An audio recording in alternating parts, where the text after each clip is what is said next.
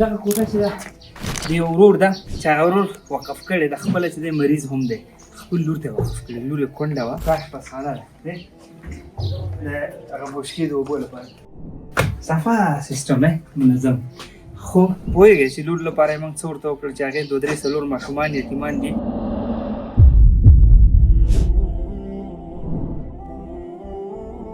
السلام علیکم ورحمت الله.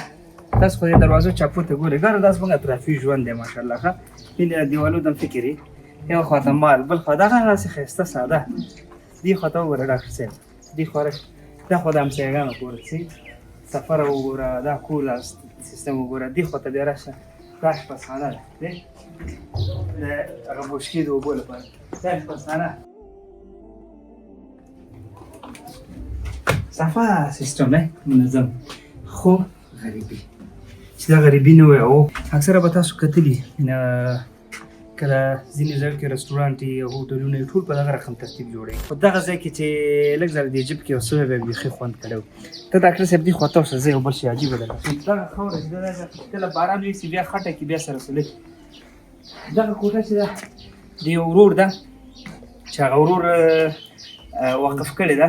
خیر سیالي صاحب ډېره مننه، الله دې اجر درکړي.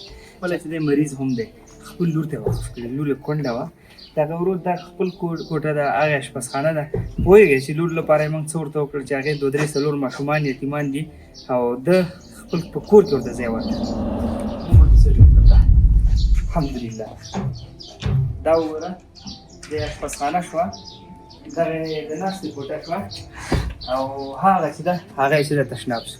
دا الحمدلله دا د دغه حاجي صاحب لور ده چې 3 یتیمان ورته په غاړه، دا کونډه او د حاجي صاحب چې دی په یو خپله پښه باندې معذوره هم دی. دا پښه یې چې ده د روسانو وختو کې د لاسه ورکړې، الله دې اجر ورکړي. اوس نور مشکلات هم پیدا دي ورته، ذهني تکلیف هم ورته پیدا دی.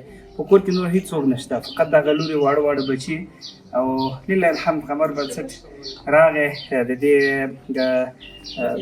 ځای یې وکته، نو هغې نه بعد کوشش مو ورته وکړه چې دغه کور ته جوړ شي. دا مو ورته نن وسپاره.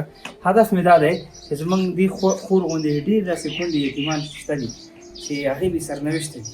حتی د یتیمانو لپاره څوک په کور کې هغې ته ځای نه ورکوي، ترونه یې ظالمان شي پرې.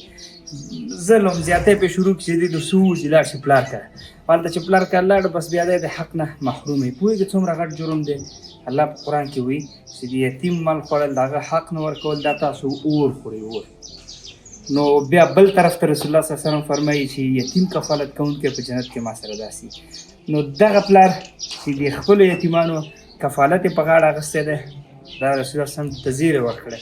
او تاسو چې دغه جاري صدقه ورته وکړه، کور مو ورته جوړ کړه، دا خو بیا ډېر هم په دې دنیا کې اطمینان، سکون، همدارنګه خوشحالي آخرت لپاره هغه د سرمایه ګزاري شوه. نو الحمدلله ثم الحمدلله قمر بنسټ په کوشش کوي چې هېواد مختلف ولایتو ته راسي او دقسې ښایسته ښایسته کورونه دې خلکو ته جوړ کړي. وخت مو نور نه نیسم، په لوی الله مو سپارم. السلام علیکم ورحمت الله.